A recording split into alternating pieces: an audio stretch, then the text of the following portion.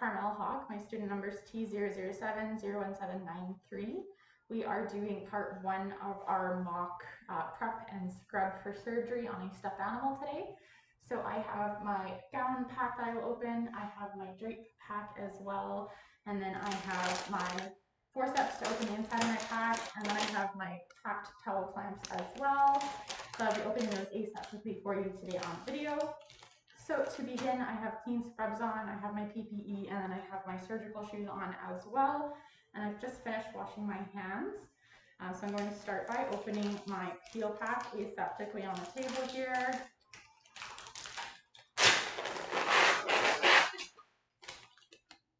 Excellent. Then I'm going to open the first layers of both of my packs. So we're going to start with my gown pack.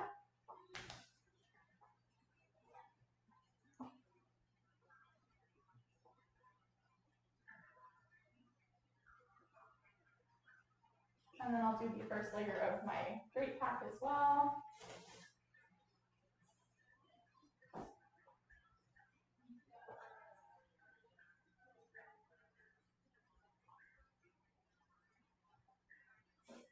And then for the second layer, I am going to get my towel forceps. And we are going to open the second layer with the forceps.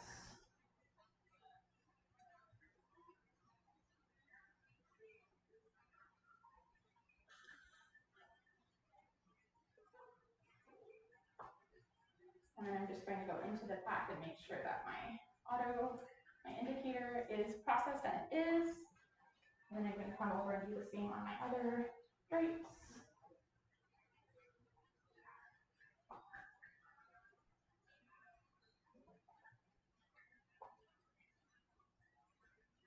And my indicator is in there and processed as it should be.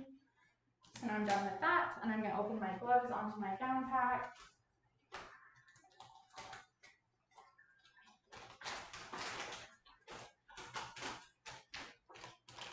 And then I'm going to open my towel clamps onto my drape pack.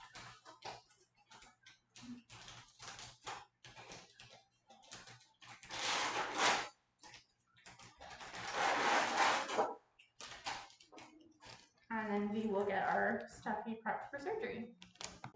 So we have her on her back, ready for her prep. What we're going to do first is we're going to do a demo of a microchip. So we have our scanner. You'd want to turn it on. You'd want to check all over our ventrum, our dorsum, go down the shoulder blades, make sure there's nothing up and around the neck in case it slipped. And then if there's no chip, you can then do your implantation of the chip. So for today's purpose, I just have an 18 gauge needle. I don't want to waste the chip itself. But what we would do is we would have our machine on, and we would scan and confirm the number matches the chip of the device.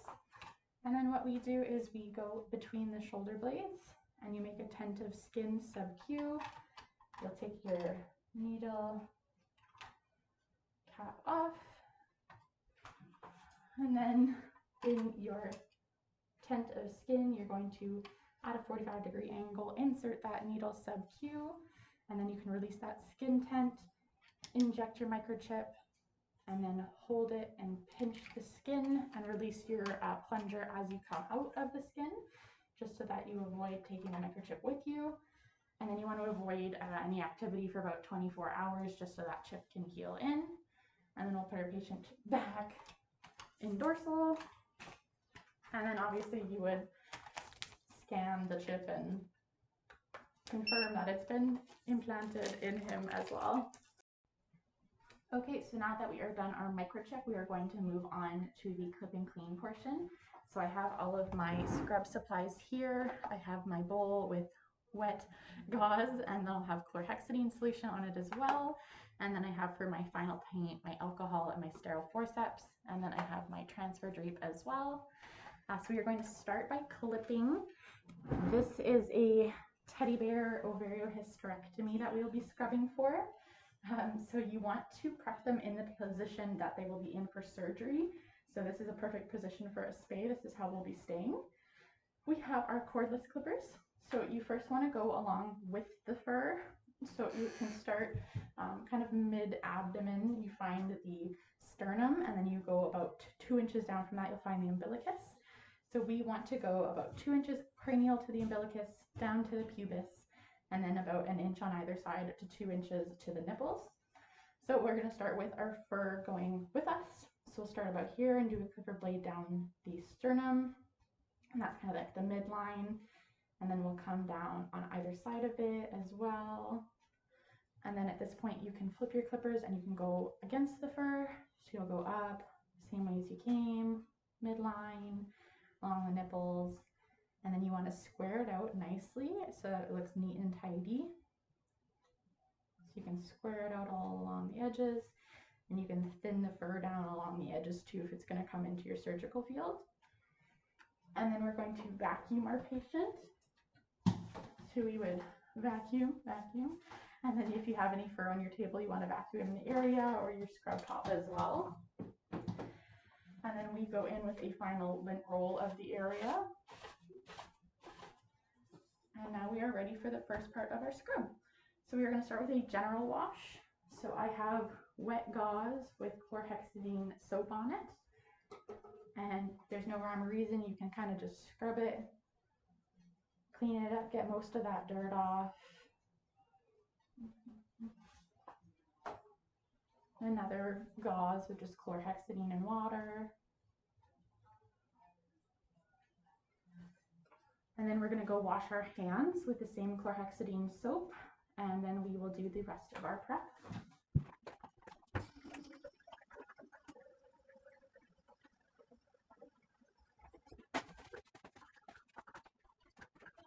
Okay, so I have my hands clean. I washed them with chlorhexidine soap, and now we're going to do our surgical scrub. So we are going to get wet gauze with chlorhexidine in between the layers, and we are going to fold it up into a little bunch. And we're going to do our surgical scrub.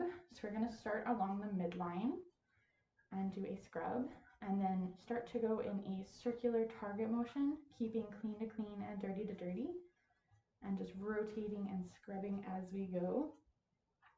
And this is our first of 3, so we're going to do 3 of these total.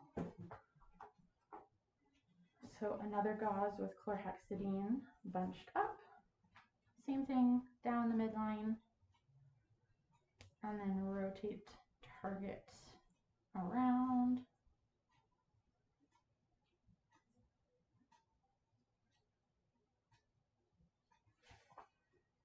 And our third as well.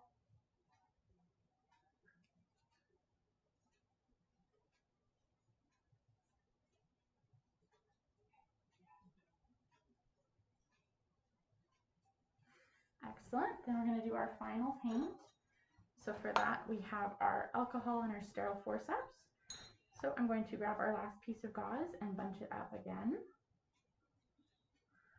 And then take our sterile forceps. And we would douse this in alcohol. And then we're going to do our final paint. So again, we go down along the midline. And then our target technique, rotating our forceps to follow that target. Like so. So then all we have left is our transfer drape. So I'm going to open up our sterile pack for that.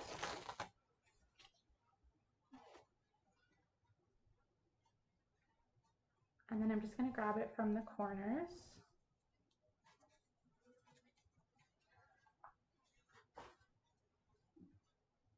And we're going to let it fall open onto the patient. And then we are going to transfer into surgery and take that off.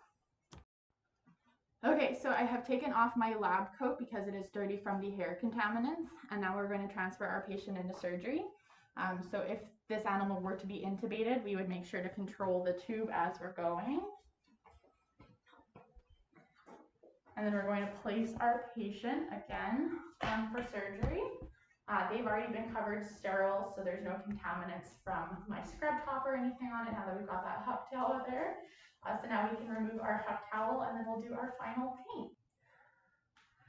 We are going to be now removing our sterile transfer drape, and doing our final prep. So I have just washed my hands again after transferring the patient, and now we are going to be removing the drape. So you want to just grab gently from the corners and move it back in one motion, and then just drop it on the floor. And then for our final prep, I'm going to do another round of alcohol. So I have my sterile forceps, and I'm going to take my piece of gauze.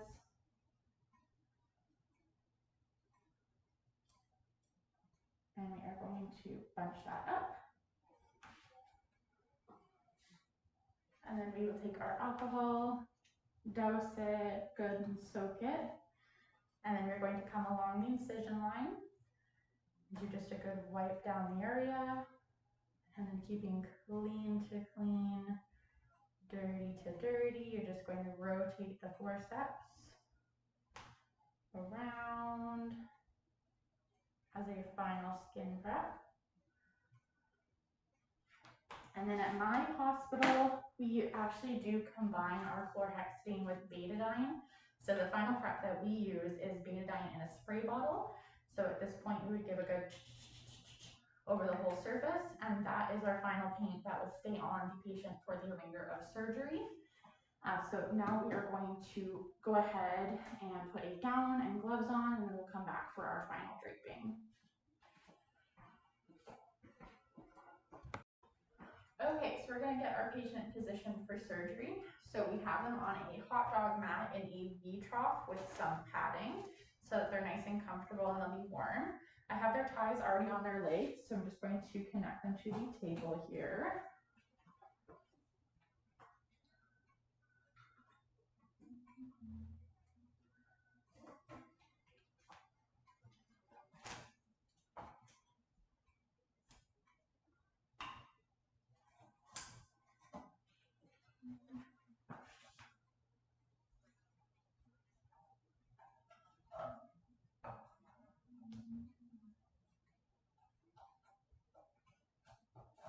So now they are positioned and tied down and restrained so that there won't be any movement throughout the surgery.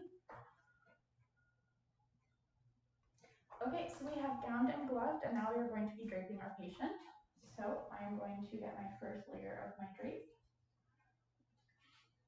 I'm going to let it fall open. And this is for the head. So I'm going to aim about 1 inch cranial to where I want my incision to be. And then we're going to get our second one.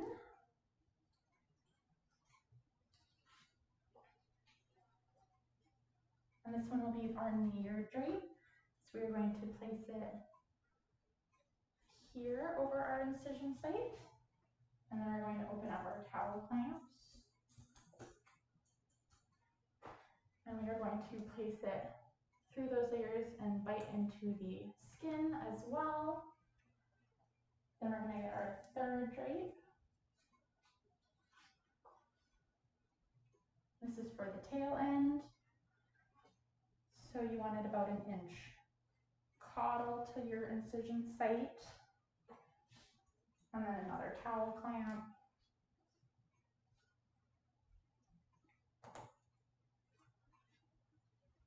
And then for our final one, I'm just going to come around the table.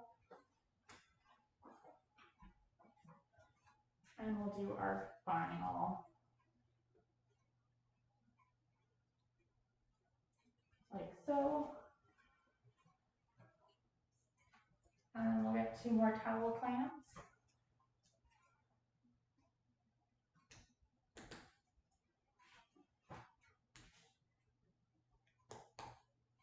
And clamp that in place. And then we have our final layer, which is our fenestrated drape. And we will eyeball where we want that to end up and place over the patient. And then we can kind of make adjustments and move it if it's not in the right area. So that is our patient draping. So I'm going to break sterility and take my camera just to show you my drape.